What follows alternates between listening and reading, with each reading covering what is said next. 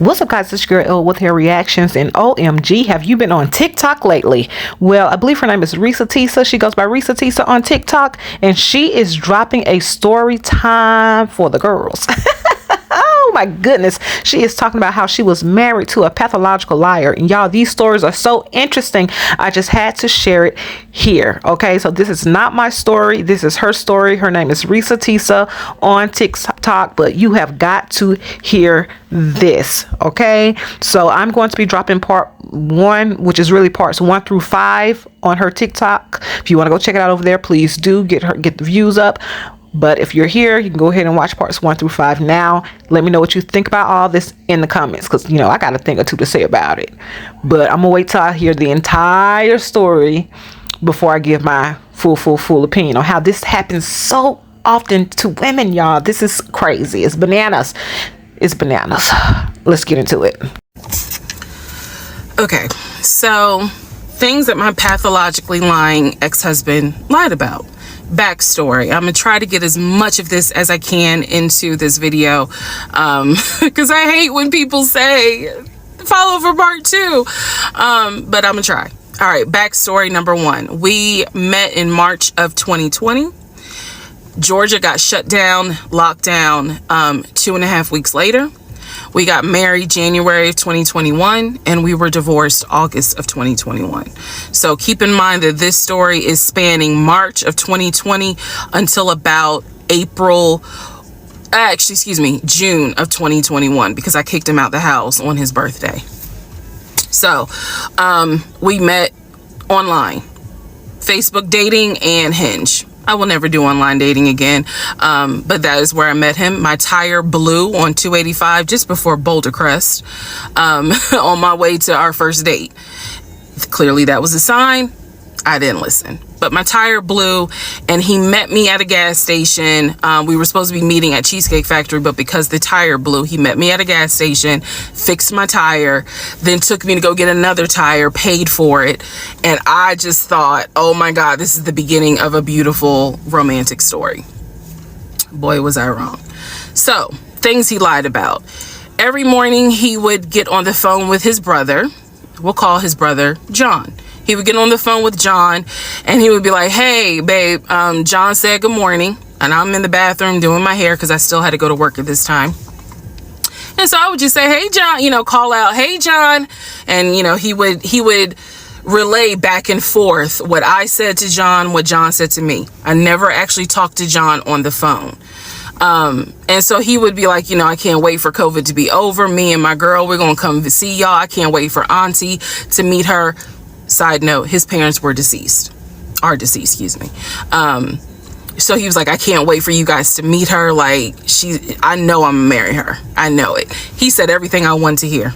Love bombing 101. This man wrote the book. So he talked to his brother every day. He talked to his friends every day in front of me.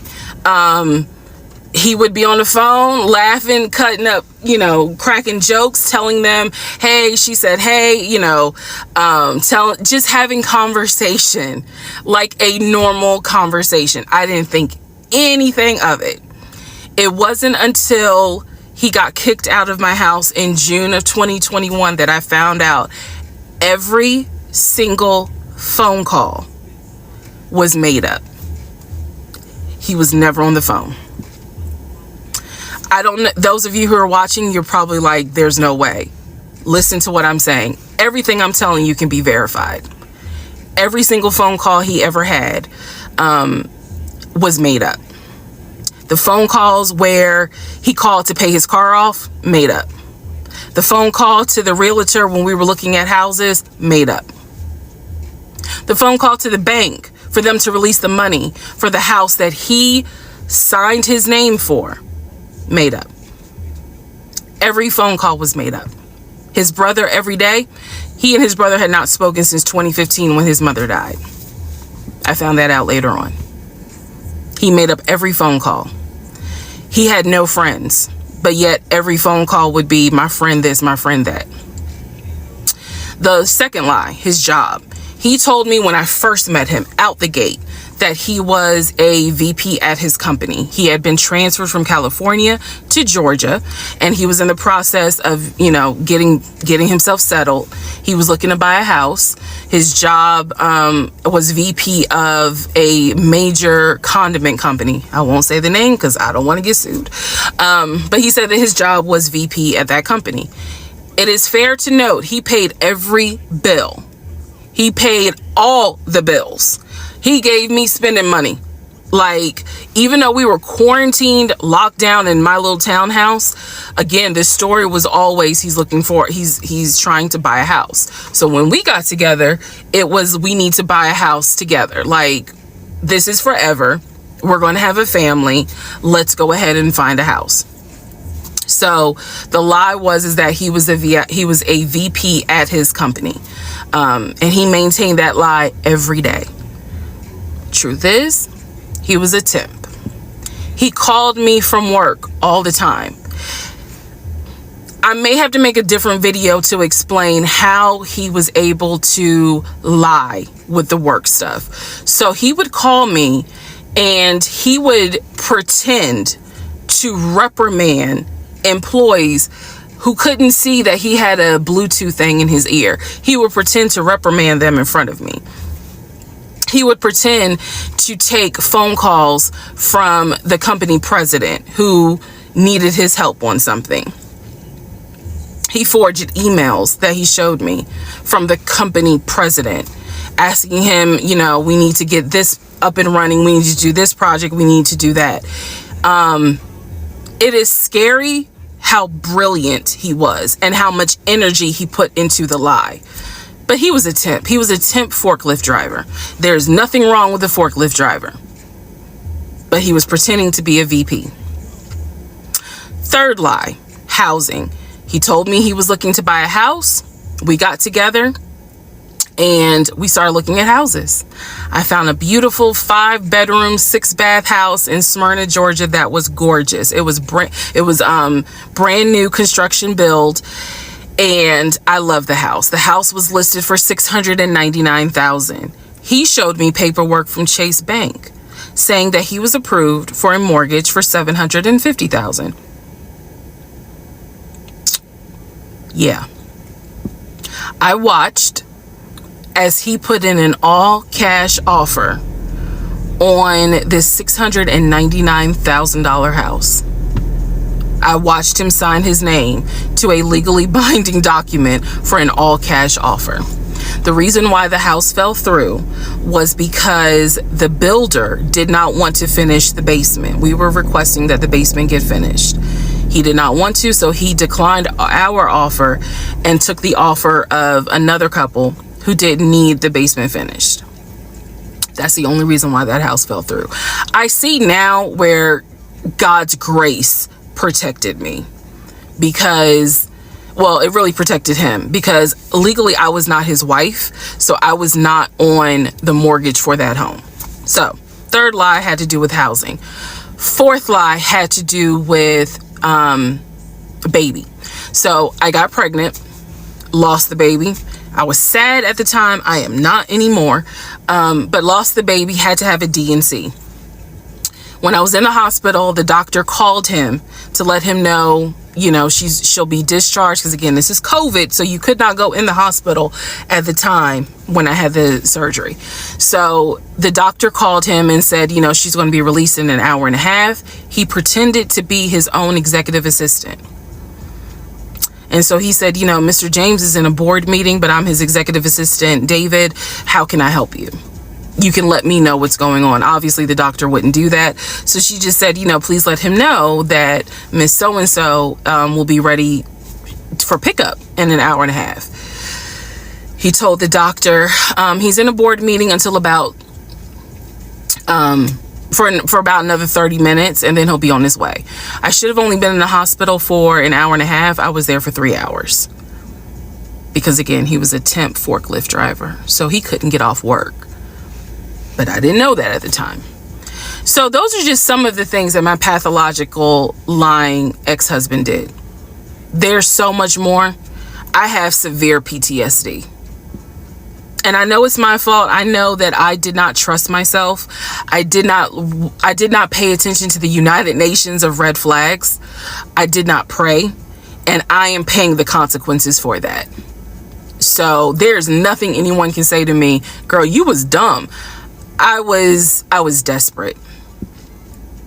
I wanted to be married.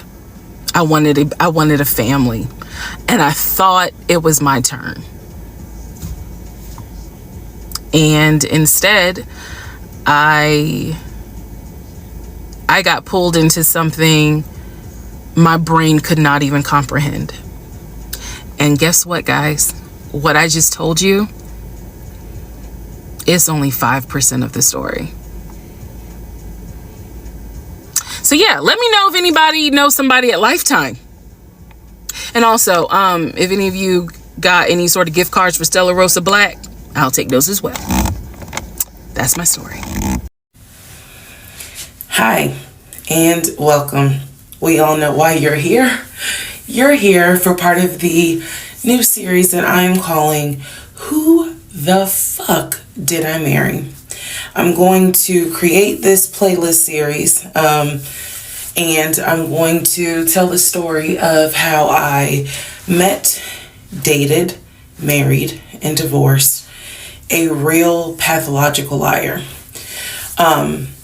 This is my introduction / disclaimer video. First and foremost, I'm going to be truthful, even if it makes me look bad. I'm going to be honest, but I'm also not going to be disrespectful to anyone that was involved.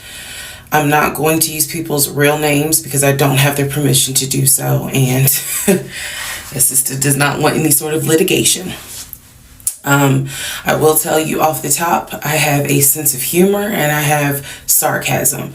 So things that you see me laughing at, none of this is funny. But in order to get through it, I have to laugh. If I cry, I cry. I'm human. I'm a woman. This was traumatic. I'm going to do the best I can to upload as much of the story as I can, because I know people get so annoyed with the follow for part 4, follow me for part 17. I'm just going to do the best I can to keep uploading the videos each at a time. I'm going to go in order from the time we met until the time I got our divorce decree in the mail. So that is a lot of time to cover. Please give me the grace to just get it out. It may not be all in one day. It may not be all in 2 days.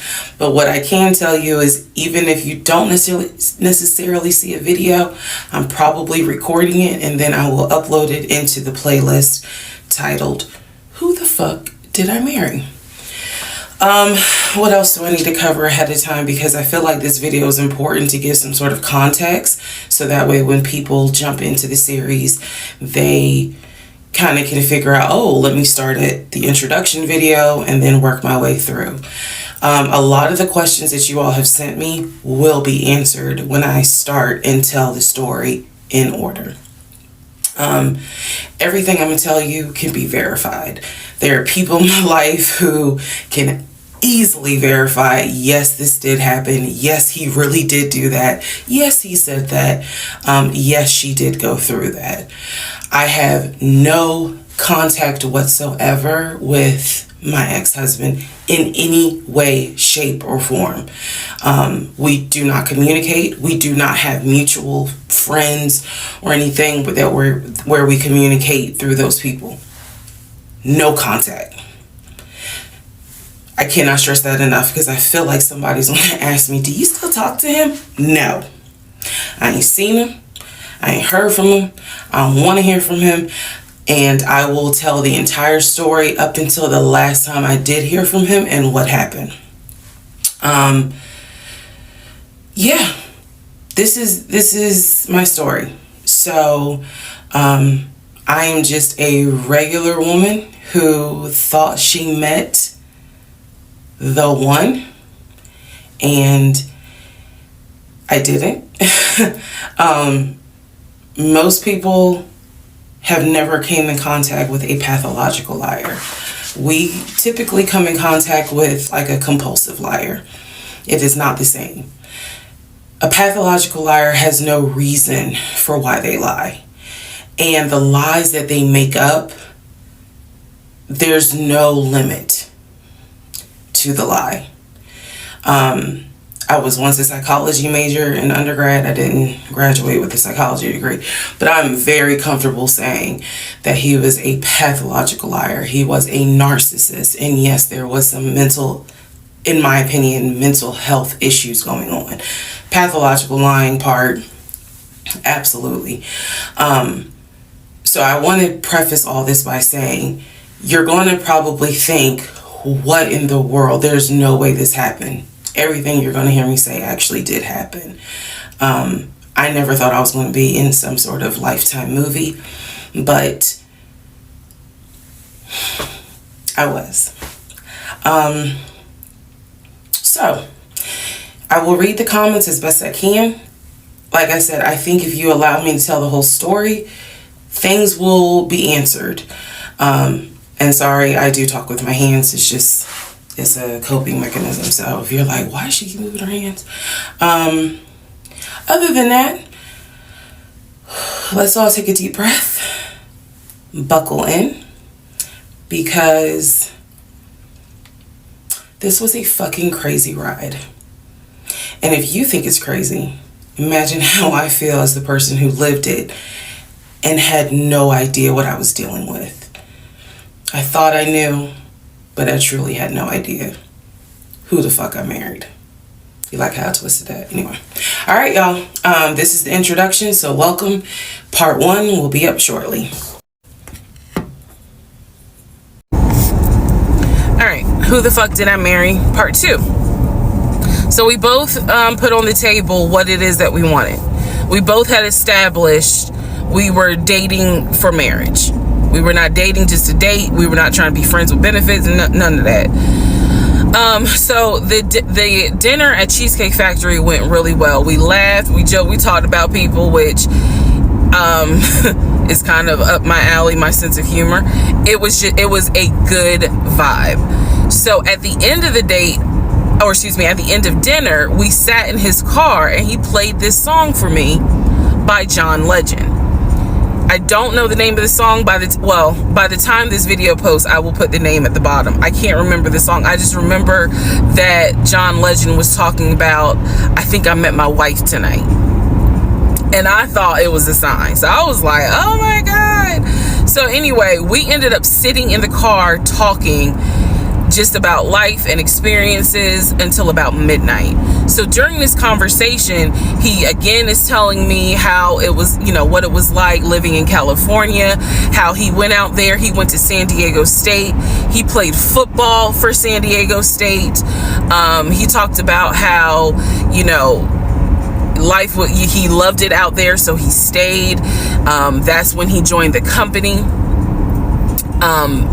And then he explained that he also did arena football, but only did it for about 2 or 3 years. He claims that while he was doing arena football, the team that he was on won a championship. But again, keep in mind, I don't know anything about arena football. So I was like, okay, I didn't know that they had championships. And he was like, he got a little offended, like, yeah, they got championships. And, he was on that team. So he talked to me about how he worked at Apple. He worked something in the IT area of Apple, but it within the store. Again, it was one of those, it's like when I tell people I used to work at Amazon. I really wasn't paying much attention to it. Why?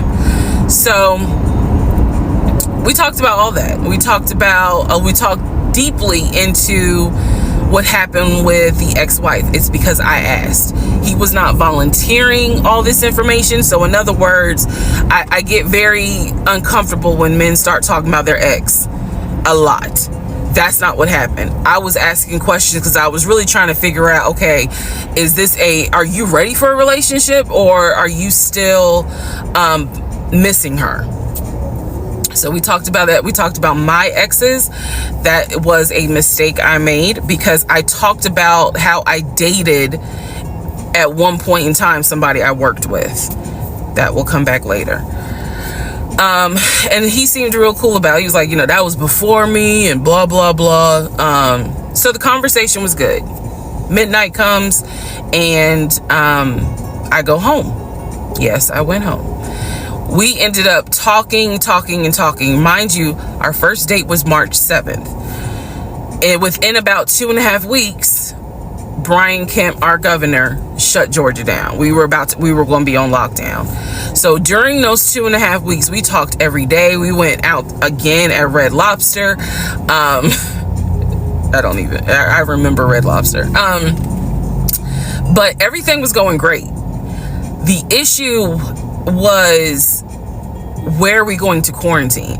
So the question was, are we going to quarantine at his place, which he had like a studio type of situation. Like, it clearly, where he was staying, I was like, it's like a studio apartment, but he kept telling me like, this is temporary because I'm looking for a house. Like, he showed me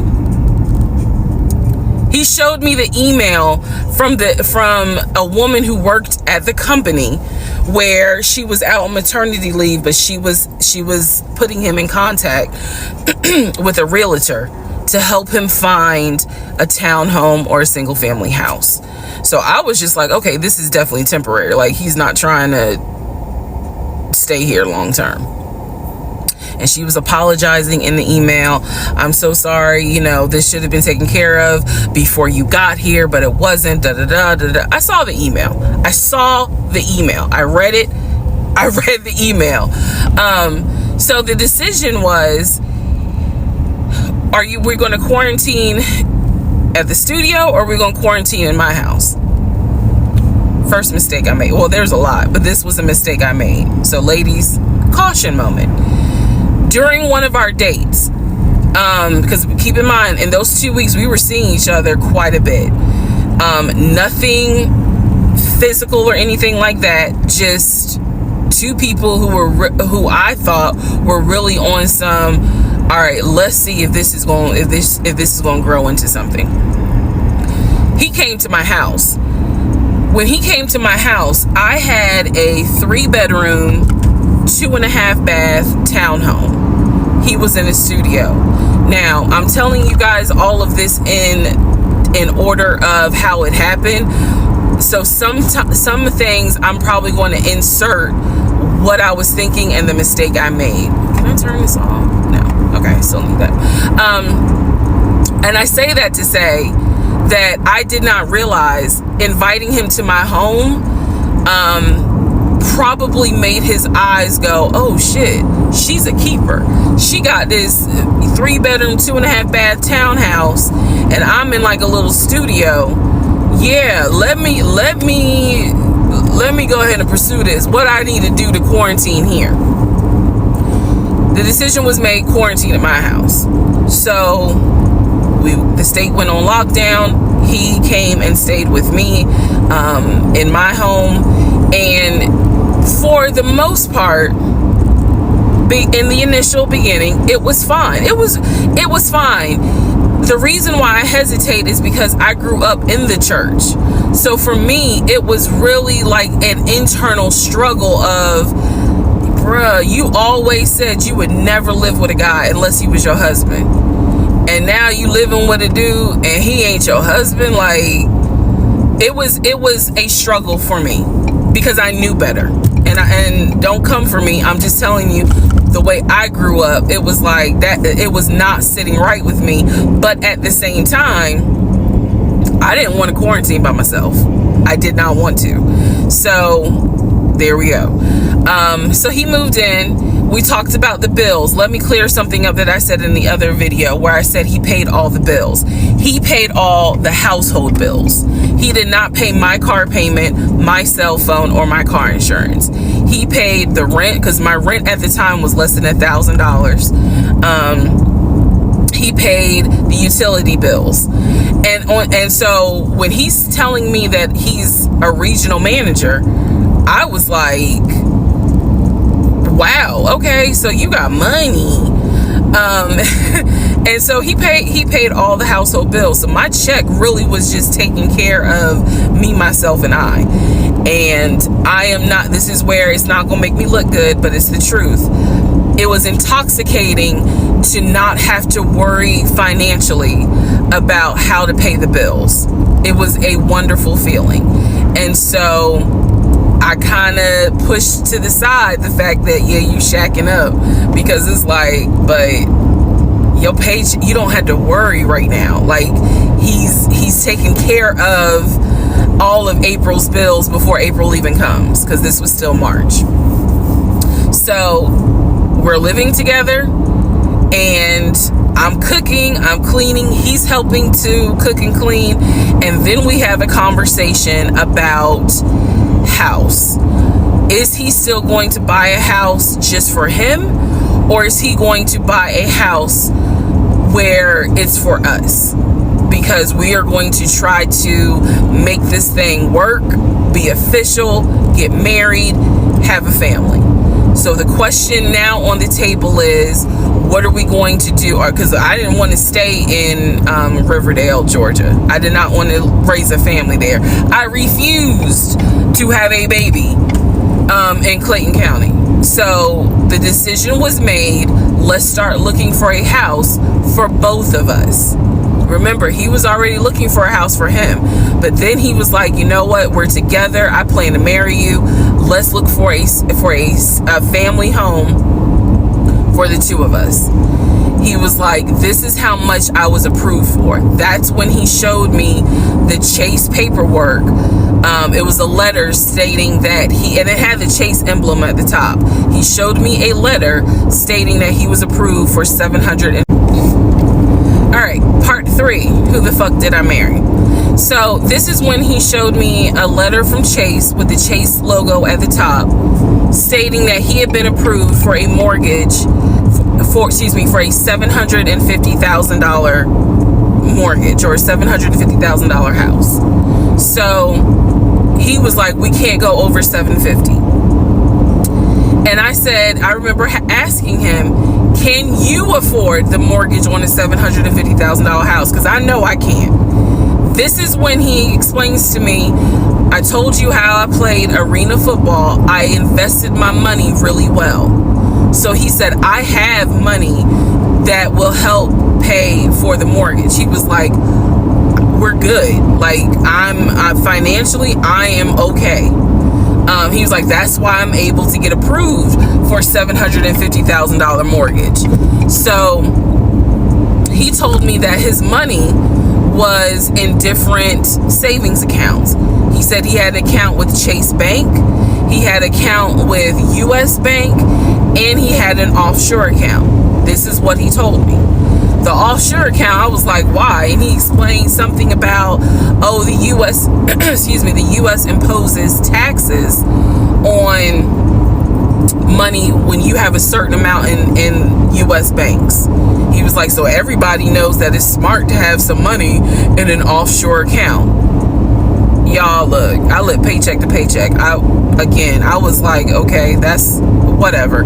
I said, so you have the money to pay for a home. I'm also holding in my hand a letter from Chase saying that he was approved for $750,000. So I went off of what I saw.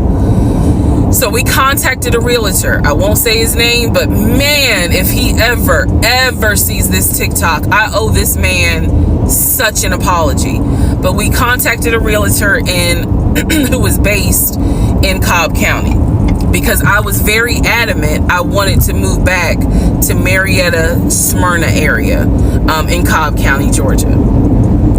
He was fine with that. His whole attitude was, you're gonna be my wife, happy life.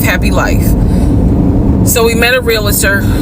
I would find houses that I wanted to tour. Keep in mind that this was COVID. So at the time, we could not tour a home. It would have to be a virtual tour. So this particular realtor, we found a house in Douglasville, Georgia. Not Cobb County, but nevertheless, it's in Douglasville. I was fine with Douglasville. So we found a house in Douglasville, Georgia. The realtor did a FaceTime tour of the house. The house was really a nice home. 5 bedrooms, 4 baths. So we did a FaceTime tour of the home, and the home was listed, I believe, roughly 400 and something thousand. I really like the house. I could see myself living there. I could see us living there. Could see us with the kid there. This is now April, just for timeline purposes. This is April. So he really liked the house. He was like, you know what, we'll put an offer in on the house. He was like, if you like it, because again, it was COVID, we weren't going to be able to see the house in person because the family still lived there. So he said, I'll put an offer in. We'll see if it's accepted. I said, okay. So he puts an offer in. He's telling me he put an offer in. I need to clarify some things he told me and the things that I actually saw.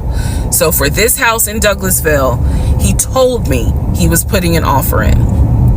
The realtor would call me because one thing that the realtor told us, he was like, if the woman likes the house, typically the house is going to get bought. So he kind of dealt with me a bit more than he did my ex-husband. And again, this is April 2020. This is before we got married. So at the time, he was my boyfriend. So the realtor was calling me and was like, hey, you know, I put the offer in, and what they're asking for is proof of funds. And I did not know anything at this time about buying a house. So I was like, hey, you probably need to talk to him, because I'm not even listed on the mortgage. Like, from the paperwork I saw, it was only in his name. So he called him. I guess they talked. I was not there, but I'm assuming that they had talked. So the boyfriend is coming, my ex is coming home saying, yeah, I talked to so-and-so.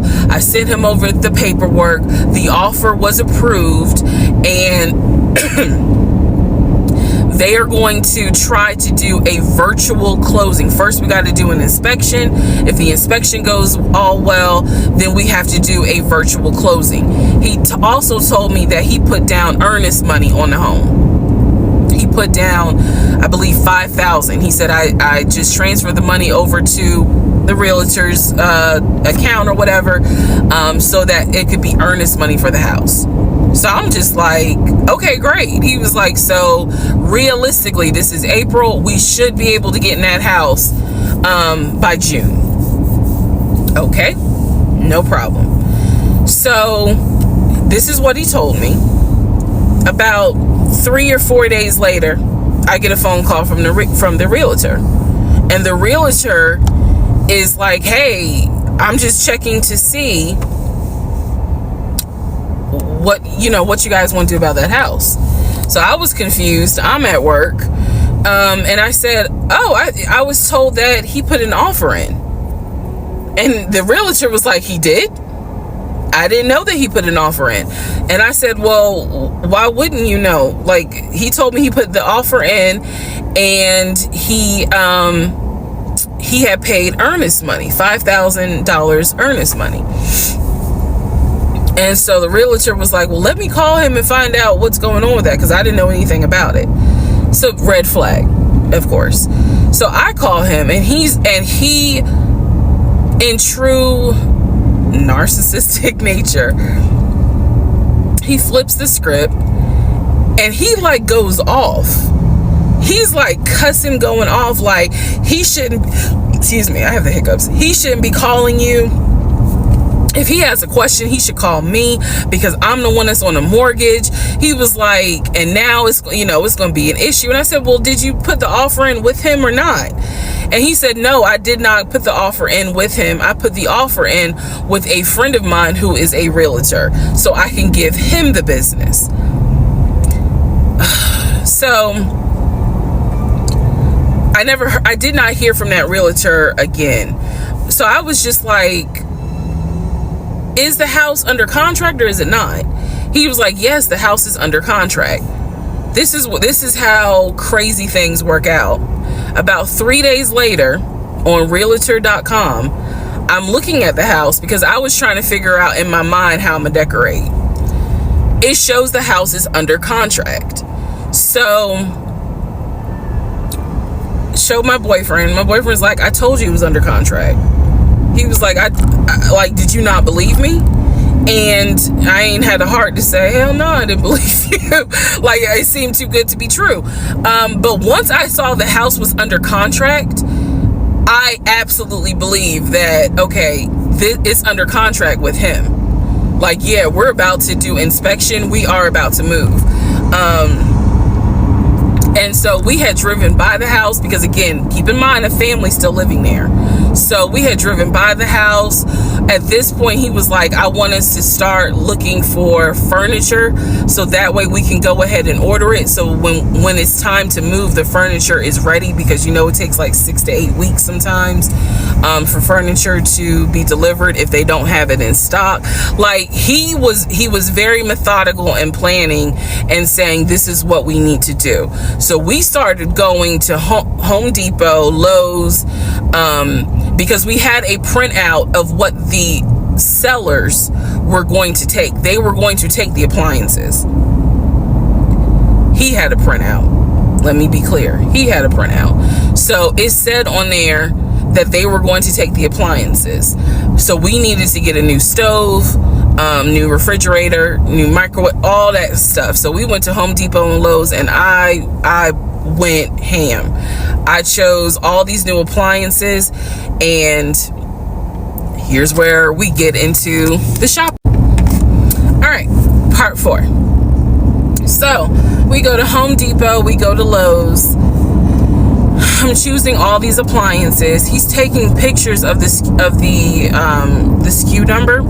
We had representatives helping us, and he basically explained to them, hey, we're buying a house. We should be closing sometime in June. Can we order this stuff now? Can I put a hold on it? Like, what can we do? Because we're not ready for delivery.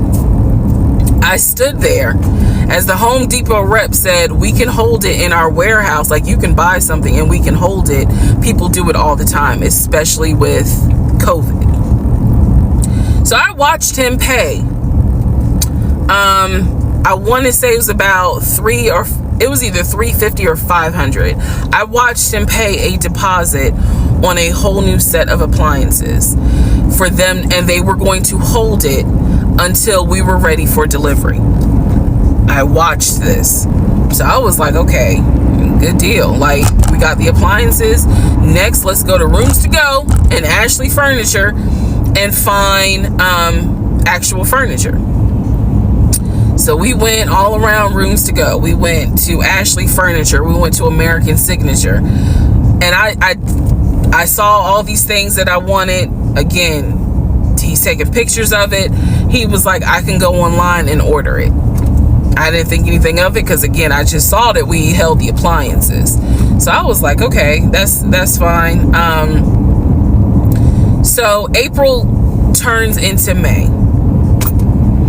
May 2020 comes. This is where things start to get a little interesting. May comes, and obviously we had not done inspection. And I'm asking him all the time, what's the deal with the house? He was like, oh, because of COVID, they're trying to get someone to do the inspection. But the guy that they had, it was always something. The guy they had caught COVID, so they're going to have to get somebody else. And he's like 15 houses backed up, so it'll be a while. So at this point in May, I know I look crazy. In this point in May of 2020, I started recording audio diaries. I don't know why. It was something just made me just start recording my thoughts in an audio diary, and I still have them. And I would save them by the date, and I would just start talking about what's on my mind. So I was like, I knew there was something was nagging me, like, but I kept pushing it out of my mind. I was like, you saw, this is what I reminded myself. You saw him pay for the appliances. You know the house is under contract. You know that he told you that he's the one who put the house under contract. Why would, like, I remember saying to myself, why would he lie about that? This is so easy to verify. Why would he lie about that? Have you caught him in any other lie? And at the time, the answer was no. So I really was like, maybe you just aren't used to a guy who actually does what he's supposed to do. Like, I was questioning myself and then answering my own questions. So inspection didn't happen. Around mid-May, I found out I was pregnant. May 2020. When I found out I was pregnant, he was ecstatic and I was like, oh shit. The reason why I was oh shit is because, number one, I'm plus size. Number two, because of my age, I felt like it was probably going to be a high risk pregnancy. And I wasn't married. And that nagged. I cannot tell y'all how much it nagged me. There was a lot of internal struggle in between. My family didn't even know that he had moved in at this point. I told them, that I was pregnant, went to the doctor, everything looked good. But again, because it was COVID, he couldn't go in with me into the actual room. So, doing any sort of ultrasound, doing the blood test, because my HCG levels were really high. So the doctor was like, hey, it might be twins. We don't know yet. You're still kind of early, along. They gave me a due date. The due date was January 26th of 2021. So yeah, May, found out I was pregnant. So there was now more of a push into, we got to get a house. We got to get the fuck up out of here. I'm not having a baby in Riverdale. Okay, nothing against Riverdale, but I ain't having a baby in Riverdale. So we need to find out what's going on with this house. And so he was on top of it. He had an answer for everything. He was like, I'm gonna call and find out what's going on, blah, blah, blah. He then magically told me about a week later, oh, they're going to do inspection on the house like in 2 days. So I was just like, okay, keep in mind, I'm taking his word for it. I'm taking his word for all this. So he was like, they're going to do an inspection. Once we get the inspection report back, then we will know what we are going to be responsible for. What are we getting ourselves into? So, I guess they did an inspection. He showed me an inspection report.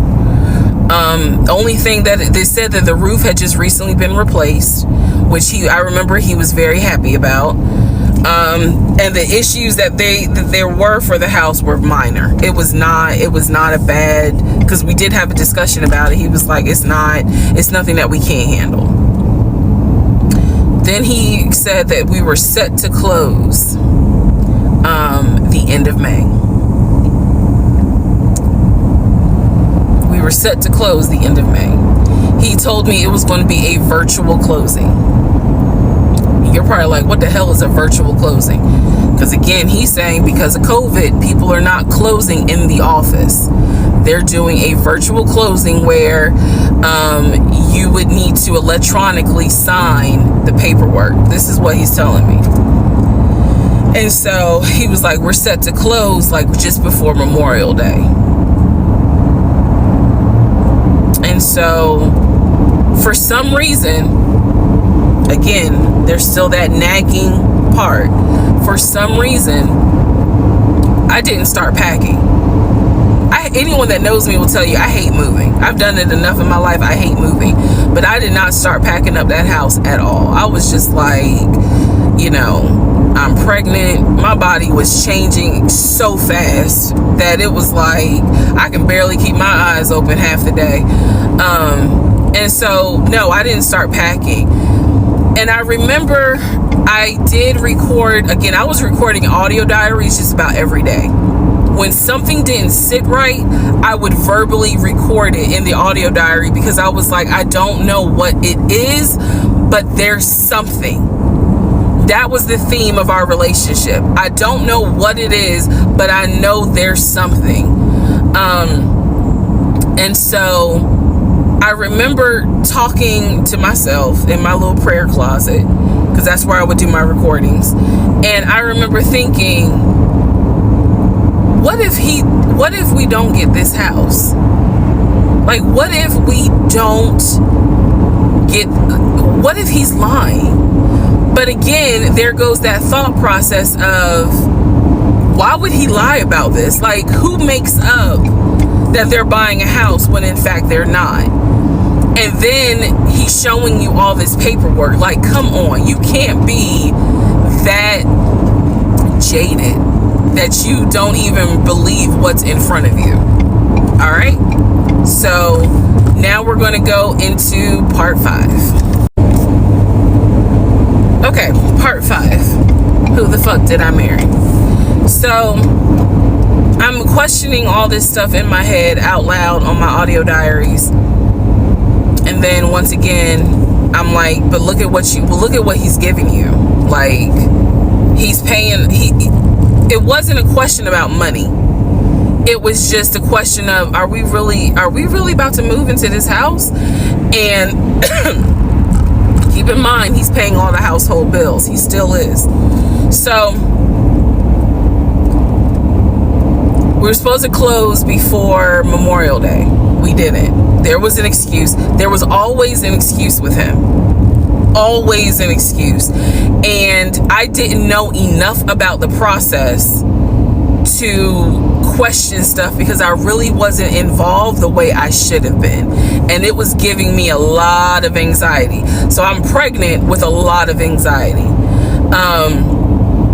And if I'm gonna be 100% honest with y'all, I was not expecting that I was probably going to have a healthy pregnancy because I was stressed. And what I was stressed about is I didn't know what was going on because I wasn't really involved the way that a normal relationship would be involved. Just being honest. So we did not close. We move now into June. This is now going into June. Around June 5th, I looked at the house again on Realtor.com. I don't know what made me do it other than, and I don't mean to sound super spiritual. I know that people are like, you know, you may or may not believe in God, but I'm telling you, I believe with all my heart. Probably the Holy Spirit was like, look at that house on Realtor.com. So I looked at the house on Realtor.com. This was around June 5th. It showed that the house was off the market. And I remember being like, okay, wait, what does that mean? What does that mean? Because ex-husband is telling me we're about to close on the house. We're about to close. It's our house. We got furniture, he's also telling me that he's been in contact with the realtor, his friend, who was telling him, you know, this is what was happening next. Here's what's going on. So the guy that we initially worked with apparently is completely out of the picture. But again, I was not heavily involved. So I'm just like, let me look at the house. I see it's off market. What the fuck does off market mean? Like, now I'm really freaking out. So it shows the name of the real estate agent for the seller. I don't remember her name. I called her and I said, you know, I said, my husband and I, even even though I wasn't married. My husband and I were looking at this house at 123 Main Street, and we really wanted to tour it, but now I'm showing it's off market. Is it not available? Or, you know, I pulled that card, and she was like, oh, no, ma'am. The home closed yesterday. It closed June 4th. Again, there are certain dates I just remember. And I said, oh, it closed June 4th? I was like, really? And she said, yes, ma'am. She was like, my sellers sold the house. And I was like, oh, man, okay. Well, I said, my husband and I really wanted, you know, we love the pictures of it, and we're getting ready to start a family. So I would have loved to have been able to, have the opportunity to see it. I asked her something. I don't remember the specific question I asked her. And I know why I asked the question, because I was anticipating that my boyfriend at the time was going to have some sort of excuse. So I asked her something about the buyers. And I remember, and somehow, again, forgive me, I don't remember the question I asked her, but the answer was that it was an older white couple. So I get off the phone with her. I record an audio diary, and in the audio diary, I specifically say, okay, there is no house. He's going to have to get out of this lie somehow. Because now I realize, at the very least, he was lying about him being the one who was under contract. I knew enough about that. So I was like, what, how was he going to get out of this? Again, I've listened to the audio diary in 2024. I literally said in that audio diary, how is he going to get out of this lie? And I was trying to think of ways on how he's going to do it. And something said to me, because I say it on the audio diary, I said, he's going to say it's a bad deal. And he's going to say he wants to pull out. Y'all keep in mind, I am pregnant. So I had a decision to make. As ugly as this decision was, I made the decision, you're about to have a baby with this man. He's paying all the household bills. Let him get out of the lie. And that's what I did. I purposely made the decision that I knew he was going to come back, and I knew he was going to give me some bullshit on why he couldn't buy the house, because he didn't know that I knew that house is already sold. The house is already sold. And this is the part where I said, I'm gonna be honest, even though it's gonna make me look bad, because most women in their right mind would have been like, I'm out. And I didn't. So sure enough, he came home. He didn't really say anything that day. The next day I asked him about the house, and he said, my friend, the realtor, he was like, I'm talking to him because something's going on with the interest rate. And when he said that, I felt so much relief, because I knew that I had been prepared for, he's going to give you some bullshit. So when he said there's something with the interest rate, I said, you know what? If this is literally what I said, y'all. If the interest rate isn't good, then we shouldn't move there. We should probably let this house go. We should cancel whatever furniture we ordered, or, you know, appliances, and let's just look for another house. I said I would like to be moved before the end of the year. I said I really don't want to be 9 months pregnant moving into a house. I would like to be done with this before then. And the way I said it was so calm, and he was like, okay. He was like, I'm gonna call the friend, the realtor, and tell him I'm backing out of the house, and I'm gonna see if I can get my earnest money back. And I remember looking at him. I was standing in the kitchen, and I cocked my head to the side, and I said, okay, get your earnest money back, and let's find another house. And so that's how that first house fell through. So fast forward, I keep looking at this to see how much time I have, because you know they only give you 10 minutes. So this is part 5, part 6 is coming up. But subsequently, what ends up happening the next week, which is mid-June, I was at work, and I started cramping, started bleeding. And at this point, my doctor, I had just had an ultrasound earlier that day. So I went to work because the ultrasound was fine. I went to work, and the cramping and the bleeding started, and I started crying because I kind of knew what was going on. And my doctor had called me and told me that when they did the ultrasound, they did not see a heartbeat. So she was like, this pregnancy is not going to be viable. So I'm crying, hysterical. And now we're going to get into part